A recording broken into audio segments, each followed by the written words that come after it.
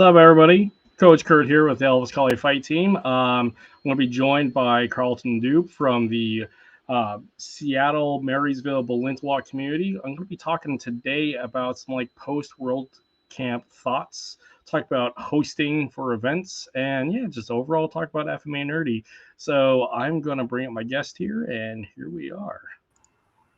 Carlton, homie. What's up, dude? Hey, man. How are you? Well, I mean, I'm all recovered from my travels down south. Takes a lot of energy, man. Takes a lot of energy, especially the flying. I don't know why it takes that out of you, man. But I apologize. You got a train going by. Of course, it comes by right when we're starting. It'll hit maybe twice. We'll see. It's okay. See. Like one of my cats might sometime come across my screen. So I mean that happens. So nice. Yeah. Well, yeah. There we go. Sweet. So I'm going to start sharing this out a little bit. So yeah, while I'm doing that, Carlton, tell our listeners who you are, what you do, and all that fun shenaniganry. All that fun stuff. Yeah, Carlton, Marysville Martial Arts. I've been here since about 1996. Did some Korean martial arts, a bunch of Chinese martial arts, a little bit of boxing. Got involved with Balintawak about 6.5, 7 years ago. I don't know the exact date. And that's kind of been all consuming, you know, so that's been my biggest thing lately is just spending a lot of time on that. And it's fun just watching how it changes the stuff I taught before. You know, I'm a big fan of letting everything influence everything else and not being stagnant or stuck. And so, yeah, that's pretty much it, man. You know, we have a school here in Marysville, a decent student base, allows me and my crew to work full time at this and not have to come here from a job and do it. So we're pretty blessed, man. We're pretty lucky. That's awesome. Yeah. So let's talk about your school. Cause dude, your facility is awesome. Like we all talk about, I mean, we've all been to the dojo, the gym, the club that's in the bottom of the church at the community rec center, yeah. Trying to etch out a school. Even the photo for the background that I have is my old gym. It was in the basement of a mall. But your facility, dude, I mean, hats off. I mean, you have racks of weapons everywhere. I mean, you have a beautiful floor, the layout. I mean, it's a gorgeous, gorgeous facility, dude. You know, a lot of it's luck. A lot of it's just time. You know, I started this school in 96. I was leasing about a third of the building. Yeah. Old tin siding. The building was decrepit. The other 2/3 was a car dealership and then a detail shop. Yeah. Which I never saw them clean a single car, but there were a lot of people in and out. Yeah. You know, I lived upstairs for the first 9 years in this little bitty room, and our stock room now was half bathroom, half kitchen. We called it our bitchin'. Yeah. But it was home from day one because right when I opened the school, I had nothing, man. So I was living up there with a cot and a sleeping bag, you know. Yeah. It's very so much I treated it like home, and then years later, we were able to buy the rest of the place. And my goal was to lease for 10 years and then buy it. It took me 11 years, that one extra year. It still drives me nuts, but it's always been home. So I just treat it like I would a home, you know. Yeah, so you remember that Jason Scott Lee movie where it's dragging the story of Bruce Lee? Yeah. He's living in the school. I mean, you literally did that. And, yeah, man. No, it was nuts. The scene where you're at now, I mean, dude, it's an awesome facility. I will pop up a video, the video that I shot at the school later on my page so everybody will see what I'm getting at. But there is, I mean, it's hard to really describe how awesome your facility is. So yeah, my congratulations for living the dream. Right on, man. It is a dream. I'm absolutely blessed. So yeah. So Carl, this is two FMA nerds talking about FMA and stuff, but you do other things other than FMA. Let's kind of get into that. What is your other backgrounds? Some of the other lineages and things, because you, like me, came into Balintawak later in life from other backgrounds. So can you speak to that for a little bit? Absolutely. So my first art in the early 90s is a hybrid style, Korean style called Cheong Musul.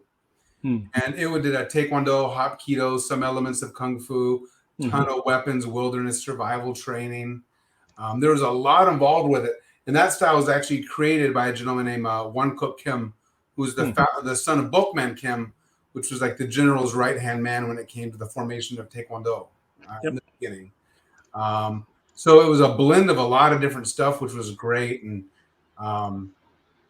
unfortunately, later in life, as time went on, I realized he was a garbage human being.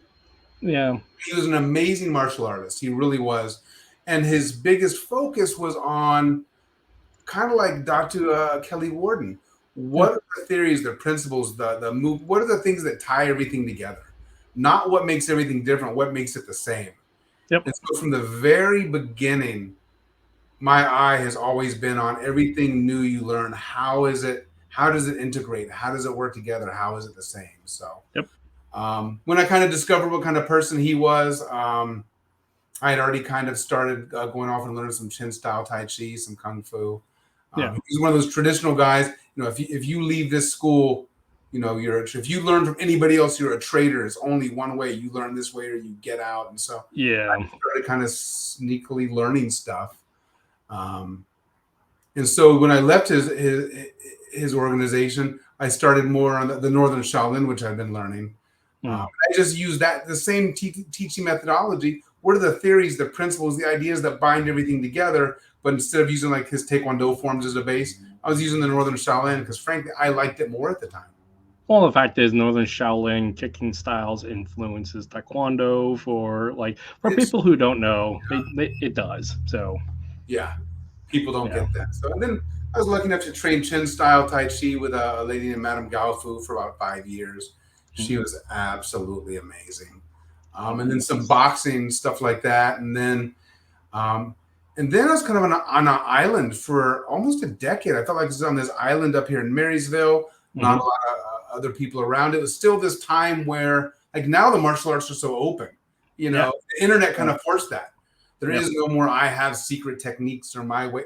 That's all kind of gone away, right? Yep. So I'm up here on this island, and I had this one of my first students' name was Alvin. I swear to God, he would stop by like once a year. You have to check out Balintawak. You have to check out Balintawak. And then like once every few months, check it out, check it out, check it out, check it out. And finally, man, I just wanted Alvin to stop bugging me, man. Dude, okay, I'll go look. And G and Bobby was having a West Coast camp. I don't know if it's 16 or 17. I can't remember what year. Down at a place called MKG. Okay. I'm like, fine, I'll go watch this thing. I had a back injury I was coming out of, so I couldn't even participate. I'll go watch this thing for a couple hours. Just okay. Then Alvin will leave me alone about this Balintawak. And I sat there, watched the whole 8 hours, just enthralled, man. Yeah. Not just the technique, but like you had mentioned earlier, we talked about, you're looking at this floor of people. I didn't know Belton at the time. I didn't know Chester at the time. I didn't know any of these people at the time. But you'll watch them, you're like, these people have a lot of skill. Like these people are not just stick fighting dudes. These guys, they have a lot of different diverse backgrounds. And I love that. But what I loved even more, it wasn't, this is my background. Oh, I'm this. You would almost have to pry it out of them. What else do you do? That there was no egos, no chest thumping, no bad attitudes. It was like people would come over and introduce themselves. I'm just some dude they never met, just sitting off on the side and watching. They're coming over to meet me. It's like, wow, it's the community, man. It blew me away. So I've been part of a lot of different communities in the martial arts, and it's just different. It's different. You don't get those looks like, who's this guy when you walk? And they're like, oh, who's that? Somebody new. Well, like the lack of ego.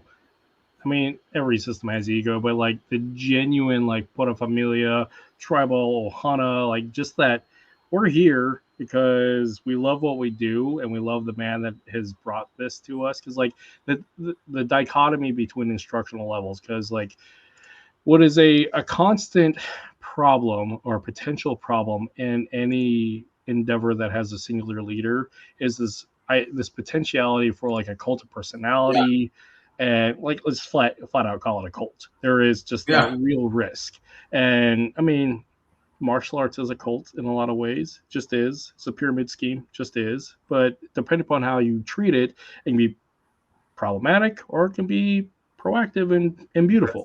So like comparably to like your two instructors that you've had, because like G and Bobby versus your Korean martial arts instructor, like it's a world of difference.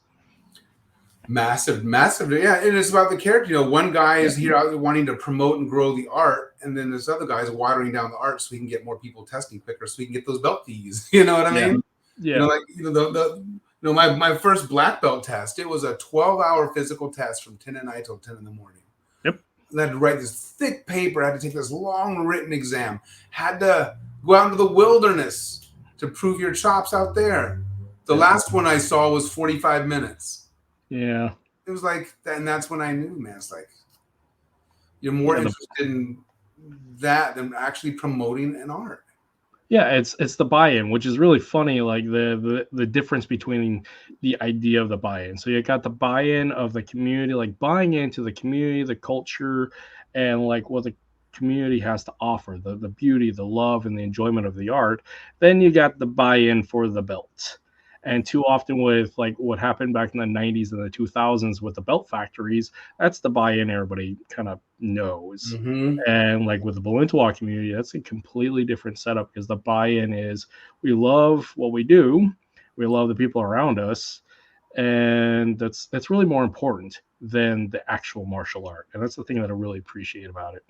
It's true, man. Because I tell you what, I've probably gained more from just the feeling of family with the people in Balintawak than I will probably ever have to apply self-defense skills in real life, right? It's like, oh, like just even the simple quote that like the past two, like every time I've interacted with Gian Bobby, and like Gian Bobby has a speech about who he is, where he came from, and like the things that are very important to him about Balintawak. But the thing that I really appreciate in his speeches is that this is play. This is not fighting.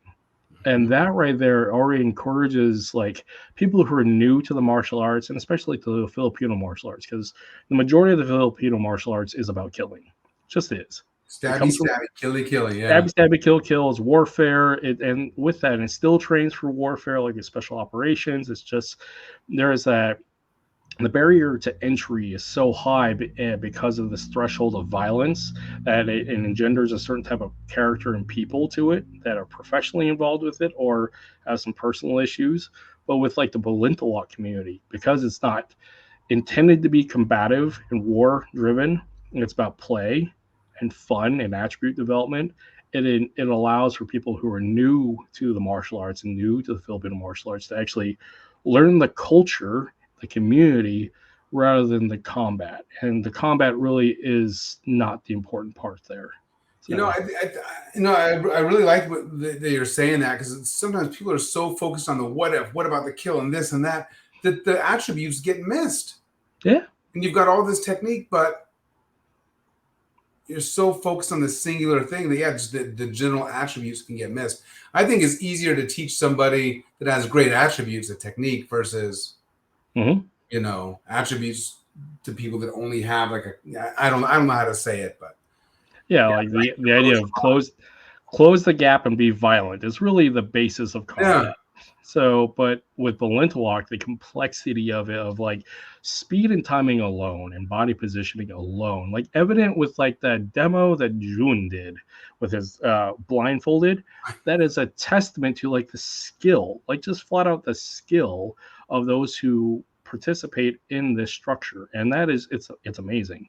Now, for people who have the like uninformed, like ego-driven mentality to look at it like, oh, they're just playing. It's like, well, that's the point. They are playing, and they're exemplifying that skill. So, but it's fun how that play can come out.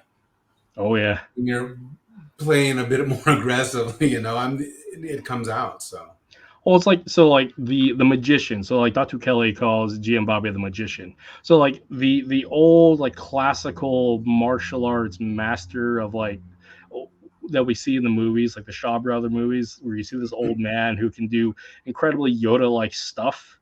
Like let's face it, those sneaky little bits of attributes that happen by speed, positioning, and just like experience. That's the magic of martial arts. And it's not chi balls, it's just experience and skill. And for somebody who's new coming into it, it can come off as mystical, but it's still just cool anyways. Yeah. So, because like when he sneaks in the slap or the ear flick, all those like little things that each one does, it's great. So, Well, yeah. So let's. So you hosted this year. Have you hosted before, or? I've never hosted this. I hosted in 2019 a Supreme Grandmaster, Kim Bookman, one Yeah. of the founders of Taekwondo, hosted him, and that was kind of a big deal. It was not as big of an overall event though. Yeah. And then I was able to host GM Nene from California. He was here Oh, nice. for a weekend once, but none of it was one nearly as many people. Didn't Yeah. have all the the extracurricular activities afterwards, Yeah. kind of stuff. So it was kind of a new experience hosting something that was considerably larger, and it was a lot of fun, man. Yeah. So, like the theme, I guess, or the topic of this episode is talking about hosting and post like event thoughts. For a lot of things I talk about is like the things that all coaches think about and all facility owners and anybody who's like in leadership thinks about, but we don't actually get to say it. So I give them an opportunity to say that. So, like, what are some of the things that you had to work through in one, like getting the facility up and going, or even better yet, just having the opportunity to host? I mean, did you ask Goro John, or did they approach you, or? It was just an offhanded comment. We'd had I think we had a mini camp here before. I can't remember. Yeah, we did have a mini camp here once, and Mhm. the testing to follow. And I was the only guy testing entire this panel and all these people. That was nerve wracking. But that, Nice. but whenever we go to these things, I just let them know, hey, I've got a space that it's open. Once I'm in with folks, it's like I said, it's home. So I like to invite people into my home. So I'm like, hey, if you ever need the space, let me know. Let's see what we can make happen. He Yeah. mentioned, oh, I don't think it's big enough for the Saturday. I'm like, well, 2 blocks away, there's a middle school. I know the lady in charge of scheduling. Let me call her, see what we can do. Yeah. And then it just kind of worked out. So it was kind of an offhanded, open invitation. It wasn't like can I host camp? Can I host camp? Can I? Yeah. Yeah. Like, hey, man, if you want to do it, we're here. So that's just kind of how it came up, and just real natural, real easy, which is, I think, the way it needs to be. Yeah. Because I mean, having so compare. So I've only been to two of these so far. I've only had the opportunity, but like even last year compared to this year, I mean, it literally seemed like that the participation doubled. Because Oh, I mean, you like, last year's West Coast camp? yeah, because I mean, at Belton's gym, Belton's gym is a pretty large facility in of It is. itself. But even then, it was filled to the brim. It And then was. when we did the camp this year at the junior high school, I mean, there was a ton of people there, and it seemed like there was like twice the amount of what there was the There year were, before. I'd have, I don't know the actual numbers. I haven't asked Guru Yeah, John, hey, what was last year? What was this year? But I also think the same amount of people in a larger space can still look like more people. It's like you have an yeah, empty room, it looks small. You throw a couch in there, the room looks big. yeah. So maybe that was some of it, but it does feel like there were some more people there. But that could be perception. I have no idea. I mean, we had some distant travelers. I mean, we had Guru Peter. I mean, we had Guru Jun and his crew. I mean, we had people like from Michael Italy. Nitz from Germany. That was Yeah, cool. we had Germany, we had Italy, we had Canada. I mean, Alaska is kind of like another country, but I don't really count. But I mean, there was a ton of people from all over the place, and it was really cool. Yeah, and that's one of the things I love about it. There's always seems to be that draw. There always Yeah, seems to be that's how you know it's a cool thing, man. yeah.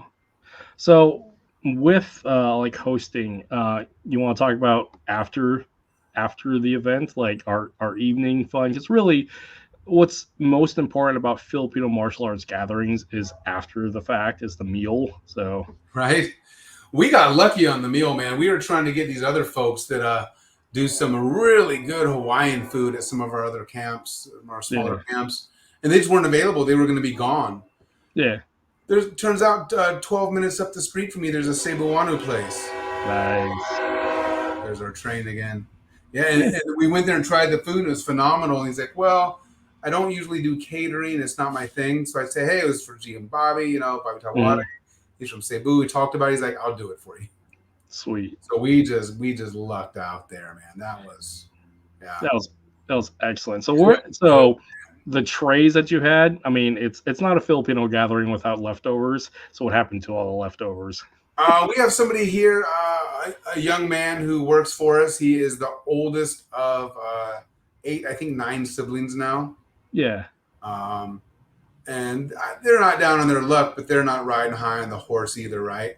Well, you So we got said, 8 kids hey, at home. you guys want this food? They're like, yes, please. So we took it over there, and literally the whole family's waiting outside to greet us when we get there. So Nice. That's awesome. it went to some folks that really needed it.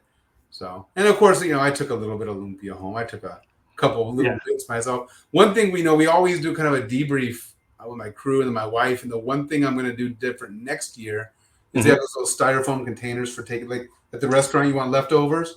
We're going to have it there. So if there's leftovers, people can take a plate.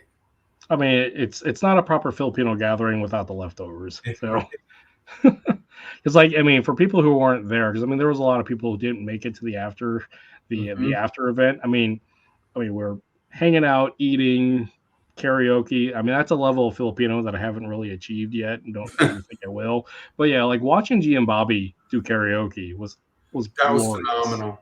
That was phenomenal. And that was again one of those things. I know nothing about karaoke. Yeah. So I asked a friend, man, what do you know about karaoke? He goes, oh, call this guy. He's Filipino. Oh, that's right. So I called my other buddy up and, oh, yeah, I'll bring you a system. Then as a backup, I asked another guy, oh, yeah, I'll bring you a system. So then a day I had these two. So I'm like, this is too easy, man. Yeah. My wife's a musician, so we had an amp. It was just, there we go. Sweet. Yeah, it's like I said, it's not a proper gathering without that popping out. So but it was, yeah, and that also like talks to like the character and like the type of person that G and Bobby really is. It's like he's not so high on his like sense of self that he's not approachable, and that he's also not living on a pedestal of like, these are my people, they worship me, because like we see that in the martial arts often, but with him it's not the case. He's willing to hang out with you, have a meal, he's willing to sit there and sing with you and cut up with you, and it's really special. Yeah. A couple of things about that is one of my younger guys came up to me and said, oh, I went up to meet G and Bobby, and I was kind of nervous to introduce myself. He's like, oh, hey, I'm Bobby. Yeah. That's it. None of this. Like Korean martial arts, you're not even supposed to offer to shake another master's hand unless they offer it first, and then you do all your stuff, and then there's in one step back and turn properly, And the first gathering I went to, they said, oh, there's going to be a dinner tonight. Okay, cool. We go to this dinner. There's some empty seats sitting there. GM's not there yet. He just comes in, sits down next to me. Within like 5 minutes, he's like leaning against me, just talking to me like I'd known him for years, man. So I think that's where I think that shapes a lot of the attitude in the group as a whole. Just seeing a guy that's been around this long, that's this good, this skilled, this knowledgeable, and it's not gone to his head at all. Well, it's like the thing of like people who don't have anything to prove. At this point in his life, I mean, even like 30 years ago, G and Bobby had nothing to prove. And that humility and that beautiful humility has allowed him to like just share the beautiful part of him without having to deal with like the egotistical, like I am the character of this, that, and the other head of this system. And it's like the only thing I've heard him brag about is about how handsome he is. Oh yeah, but that's perfectly fine because he is. That's fair. So and like I've said in other, it's really special because you don't get to see that often. I know it happens in other systems, but like the way that the internet is, and the way that like the internet martial arts community and like the FMA community is, you have characters and you have people who have like they're beholden to those characters and the ego, and like very rarely, unless you actually get to sit there and hang out with them, you get to see them drop the facade. If there is one. And with G and Bobby, I haven't seen like it's an actual facade. It's because there isn't. It's just like this is him. It's kind of like Datu Kelly. Datu Kelly is very much like, well, I'm kind of foul mouthed. I don't give a fuck. So here we are. And it works beautifully. Just being genuine. I think the word authentic, especially in this internet age and influencers, authenticity is just the word is overused, but that's what it is. Just genuine, authentic, kind. That's the thing. Yeah, that's one thing, like I said, I appreciate. So, like, with the event and the camps, like, what are like things that you would look forward to for next year? Or are you hosting next year? Or I don't know. I know G and Bobby had mentioned an opportunity to host some stuff. That would be cool. I'm always open to it. I always love bringing people here. I'm not one of these mystical voodoo kind of guys, but I also believe a lot in, what you put out comes back, and I believe energy sticks around, man. So having that many people at my school train, like Friday night for the instructor thing, Sunday for testing, I feel like to some degree, some of that sticks around. It's just so I'm always open to the idea of having great folks come here. I love the idea because it's fun, and like I said, it's like a home. Yeah.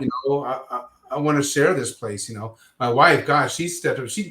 She's watched me do this Balintawak, watch how it changed kind of, just even my mindset and my motivation. I was at a point where I was thinking of just closing the school down and leasing out the building at one point, before Balintawak came along.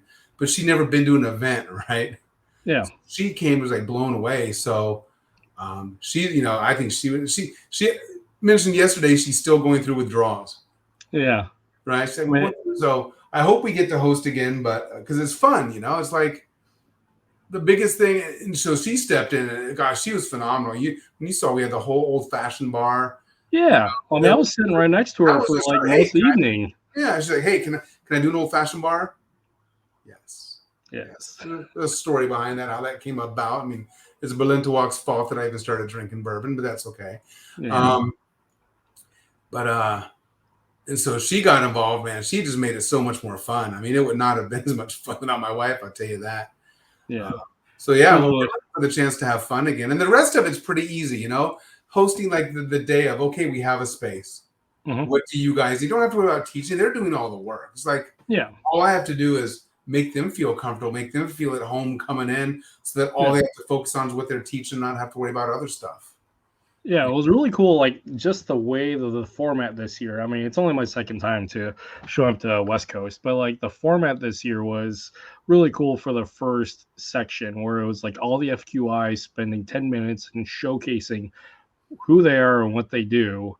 And you get to see like the variety of different mentalities, but you get to see like the commonality, bringing it back together to the grouping system and building off of it. It's like it's FMA puzzle work, which is really cool. It is, and I really like how, especially this year, they kind of built off each other's techniques. Okay, he was working from here, so now I'm going to work from that same spot, just so it, for the students, especially the newer ones, it didn't become overcomplicated.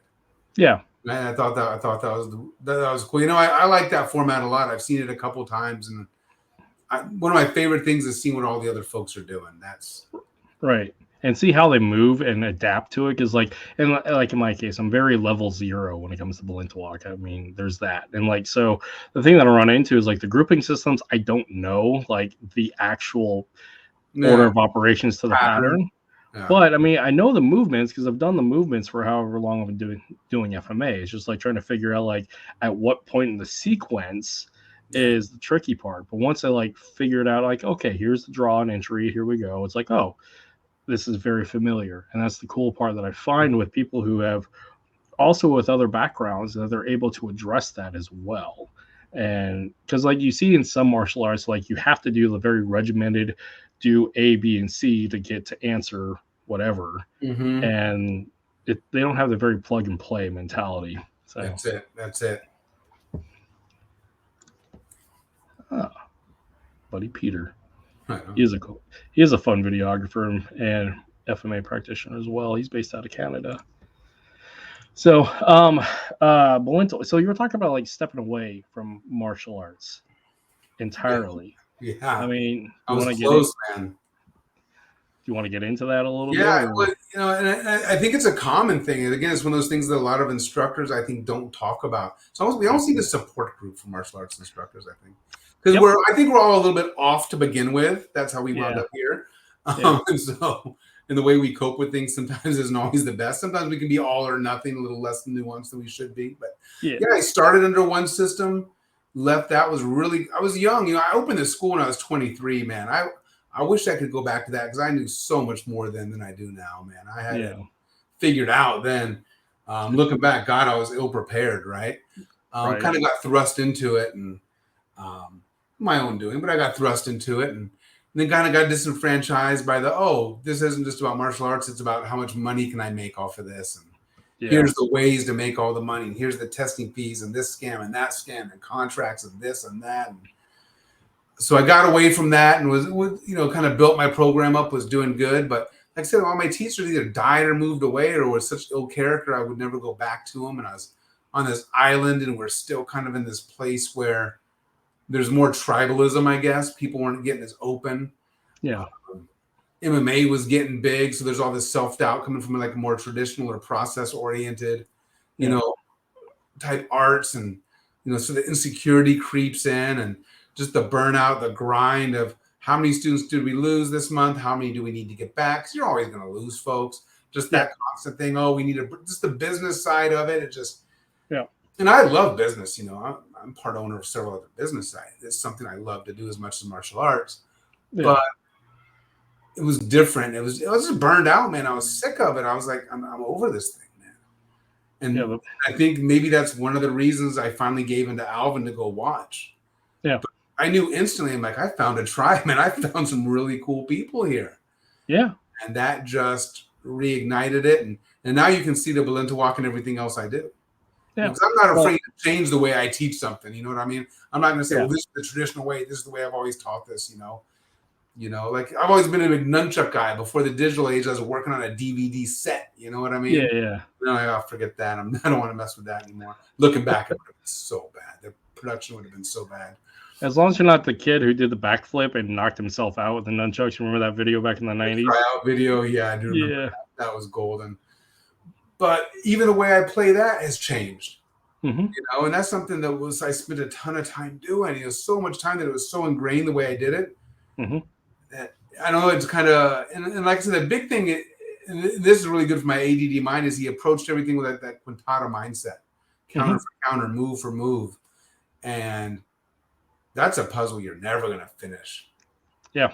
So, and I'm a puzzle guy, so that it's got me sucked right back in, man. It got me right back to where I needed to be. It brought that balance back. It brought that martial arts side back. It brought that learning side back. And if you're a martial artist and you're not learning, you're dying. Yep. If you're not, it's stagnation is death. That was kind of the deal, man. And so, Balintawak did a lot for me. And I had outs, I had bought the property. Like, well, if I close down, I could lease this building out. No problem. So I had a way out. But they sucked me back in, man. You got reinvigorated. And that's the beauty of what changing what you do, changing it up is really important, because the fact is, like I said before, stagnation is death. I mean, being a big nerd than I am and a big reader of Dune, I mean, that leads to obliteration, which is absolute death. So we have to change stuff up, because we get burnt out on the stuff that we did before, especially if it was toxic. And taking a break is great, because in my case, it took like a 4-year break after I shut my gym down. And now that I'm back in a different form, I'm reinvigorated as to I've done the work to find the joy in this and doing this as joy. And now I can just play. And the fact that the community that I'm joining in is sharing love and enjoyment of what we do. And Balintawak encourages the play in the community. It's not so much close the gap, stab, kill, here we go. Because that's not the way. If with Balintawak, it forces you to sit there and play with your friend. Forcing you to have fun.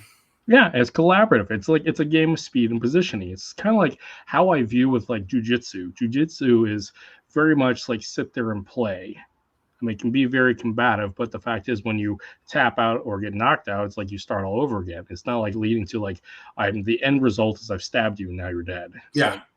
So and with that, that's it's really refreshing to have a Filipino martial art or just a martial art in general that encourages play and creativity and camaraderie rather than combative efficacy and efficiency, because that window is so small anyways, and there's so much ego attached to this, where if it's play, it's fun, it encourages growth.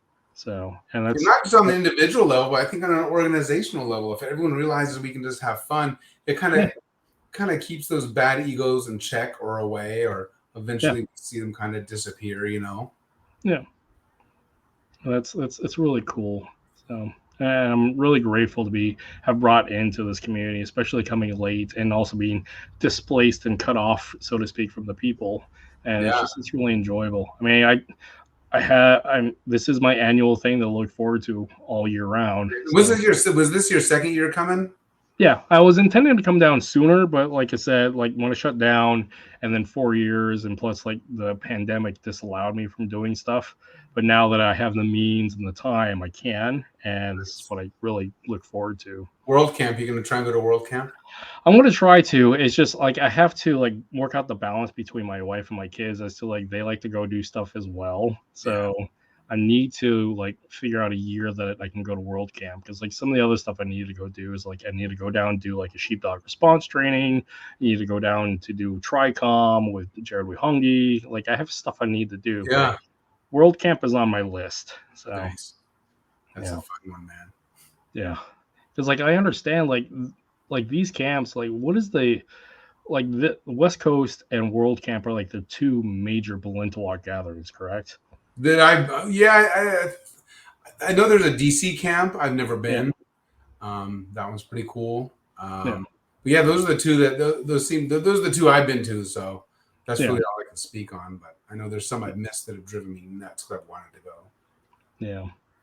That's fun. So looking forward, I mean, what are you looking forward to when it comes to like your progress in your journey with martial arts, Balintawak, or just life in general? So I think one of the cool things is, as I was going through the school here, people come, people go. I had a right hand man for a long time who's just absolutely amazing. And he kind of moved off and started his own businesses and stuff. We're still very much in touch. I mean, he's one of the guys at my wedding, so we're still very, very tight, right? good. Um, and then I got to the point where I could teach this whole Balintawak thing. And then suddenly he came back, and then this person, and this person. So all these faces from the past are all kind of coming back. And, most people watching this probably know by now with Balintawak to get to level from 6 to 7, you've got to bring somebody up to level 6. Yep. So it kind of forces you to teach it. Yeah. If you want to progress in it. And, something G and Bobby says a ton is, learn to teach to learn. And so I'm teaching my class, a couple times a week, like 4 classes a week in the mornings now. And just the amount I'm learning just from teaching. And we know as martial artists, we know this, but it forces you to, oh, I don't know that. Let me ask this question. It teaches you which questions to ask, first of all. Yep. Again, like anything, helps you realize how little you do know. So I absolutely love that.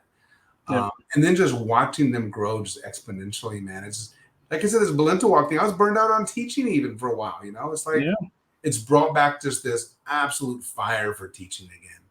So honestly, just keep teaching, get some folks up to that point, keep developing my techniques.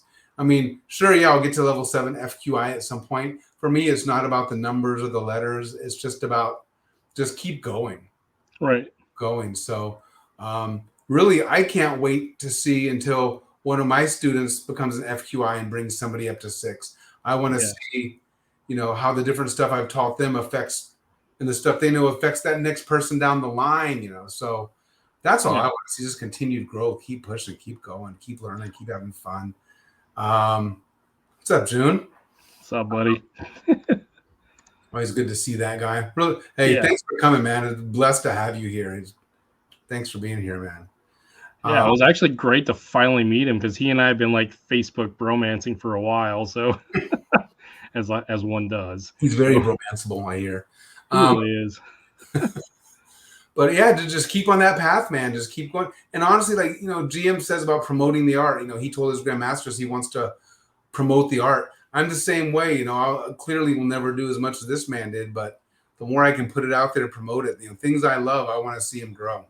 Right. And like and that's the cool thing about like martial arts mastery. It's not just like the efficacy and efficiency. It's like the dedication to time and actually carrying the banner forward. Because like starting out as little white belts as a teenager, I mean, how many of your friends that you started out with in the martial arts are still there?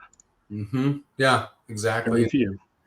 Yeah, and like I said, so many of these things die. They're held on to so tightly. That's why I love that the GM is just so open and spreading this thing. Because frankly, there's some arts out there that you see that once 1 or 2 links in that chain are gone, that art is going to be gone. Yep. That's a constant conversation, like within the FMA community. Like, how many things are dying off? And a part of that system is like holding on to the secret style, et cetera, et cetera. It's like, well, if you're not teaching, you're not sharing, you're not progressing, and then you're leaving that to wither and die, and that's sad. Like, you can't spread seeds and not want people to enjoy the fruit. You know what I mean? It has to go hand in hand. So that's one of the things I just love about this artist. He just wants it to spread. He wants it to be there when he's gone. Yeah. That's an important thing. Legacy. I mean, people that have this desire to leave a legacy behind, you can just see it in their intent, their purpose, their everything they do. And they're always just a little bit above folks that are like, oh, I don't know what's going to happen when I die. Right. And like the thing with G and Bobby, he's got the infrastructure that I believe with his panel of FQIs all over the world, that if and when that does occur, he's going to be left in good hands. Because like seeing some of the stuff with some of the other organizations that the figurehead has passed and moved on, and there's a lot of the break apart. There's folks out there waiting to split. Yeah. You know, that's again, it all goes back to that community he's created, that family he's created. Everybody, it genuinely feels like everybody's working together. And I've only ever, I think, seen one person that didn't have that vibe, and that person's not around anymore because they're not working for the family. Yep.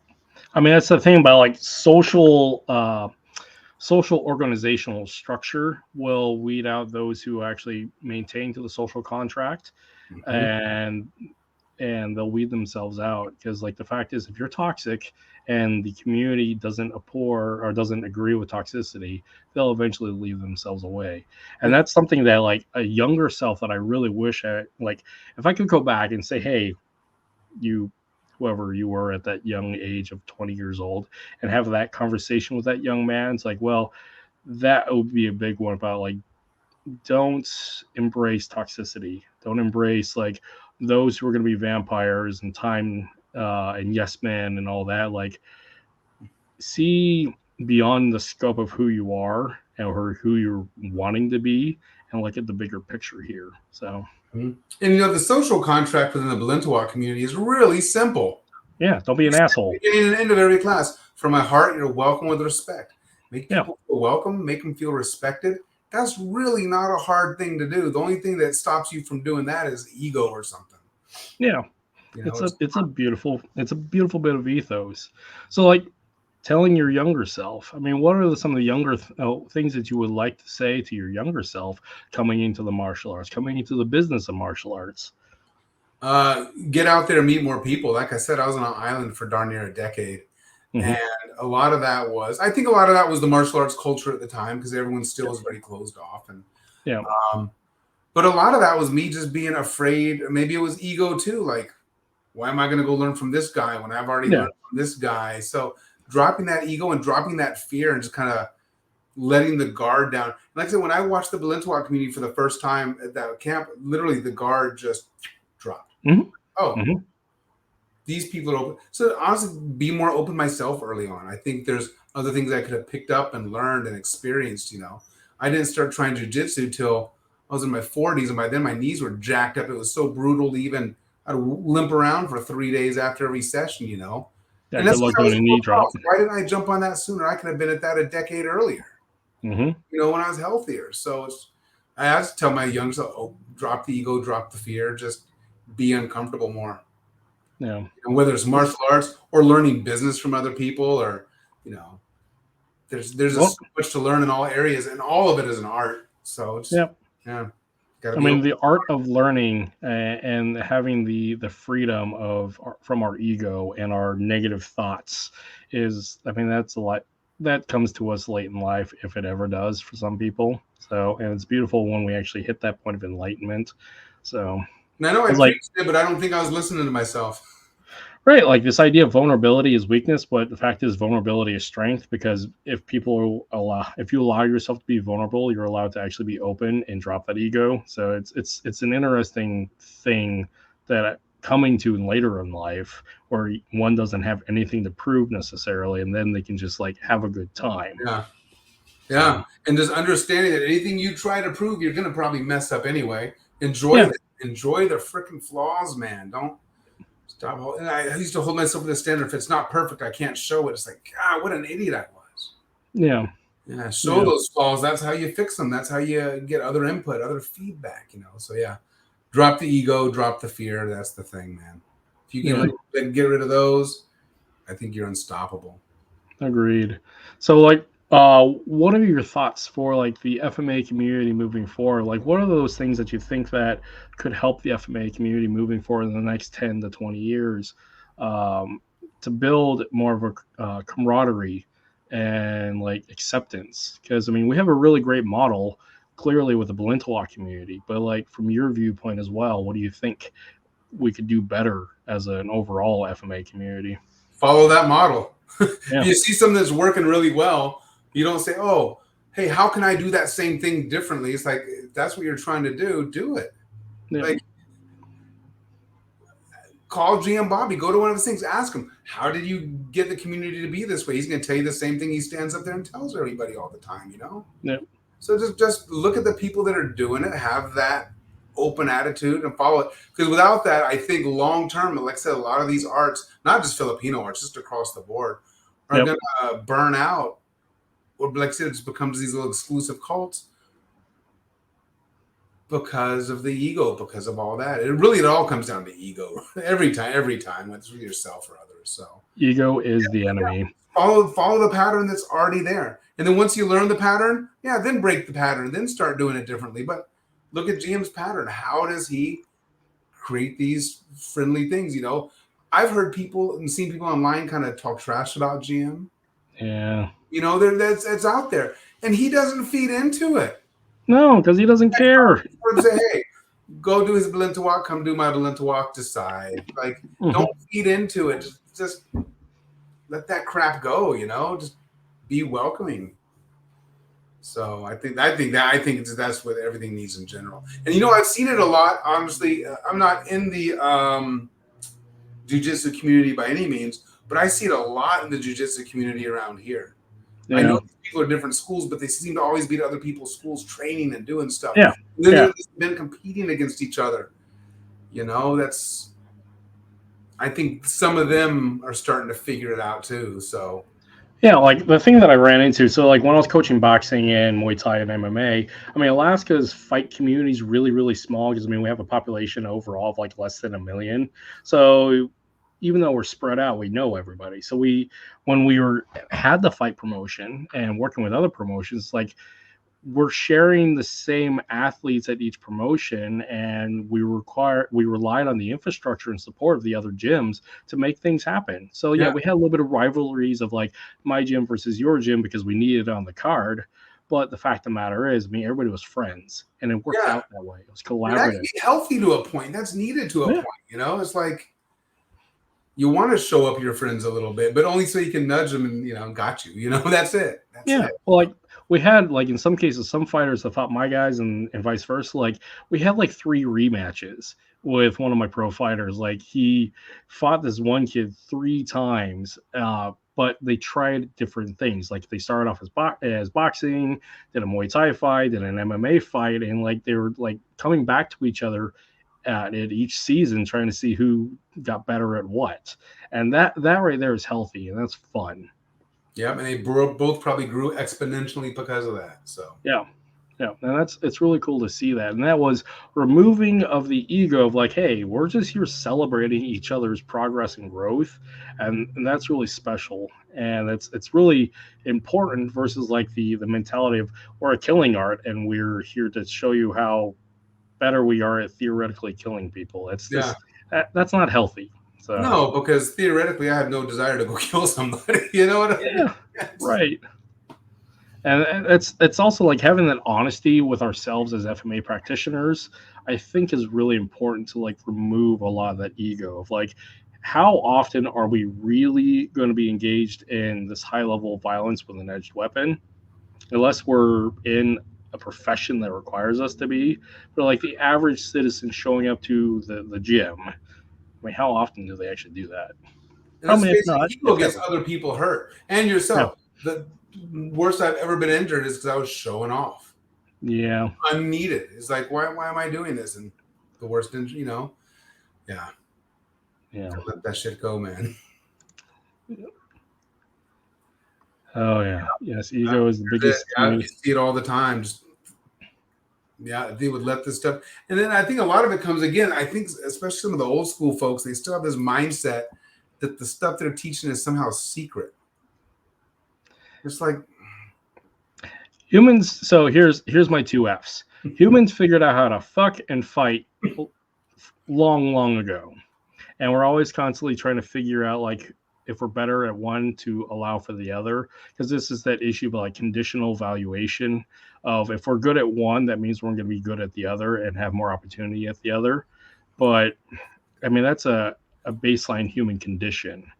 But like in a modern sense, like we can't just rely on just that efficacy to leave valuation to the other. That's really hard, because we don't need to have like combat prowess to prove like we can defend the tribe necessarily to make sure we have our little harem. That's not reality.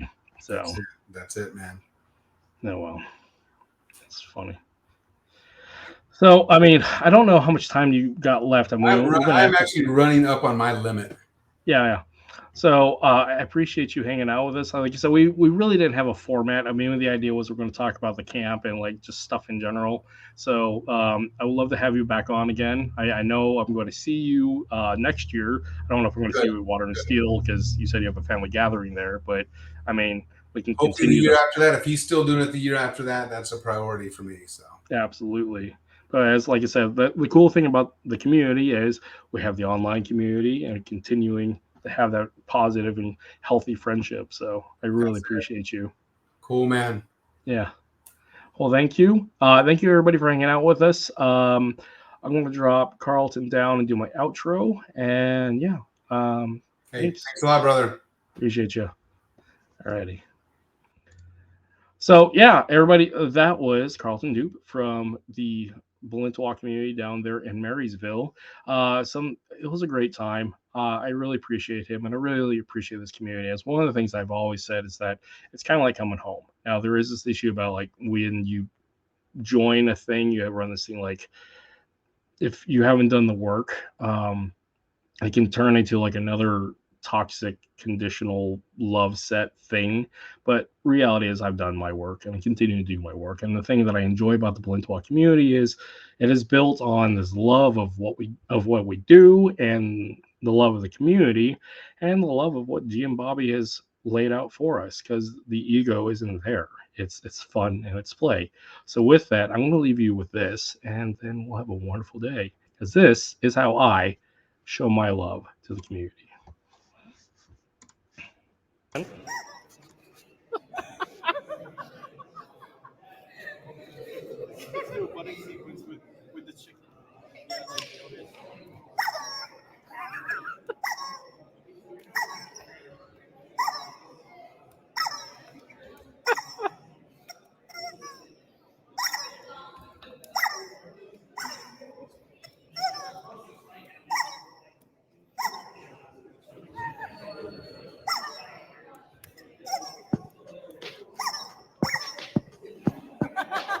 We have now invented Balintawak.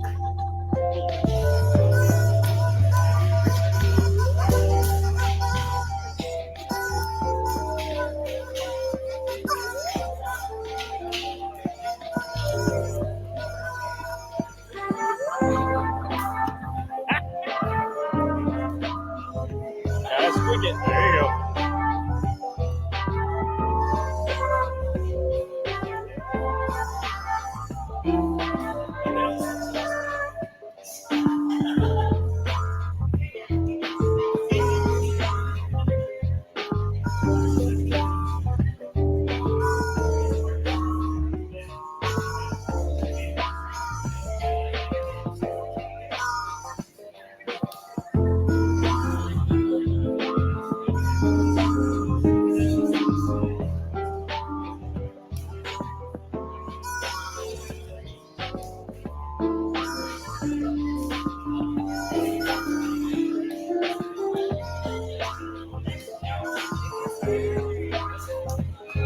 Hold by the neck. Hold by the neck. There you go.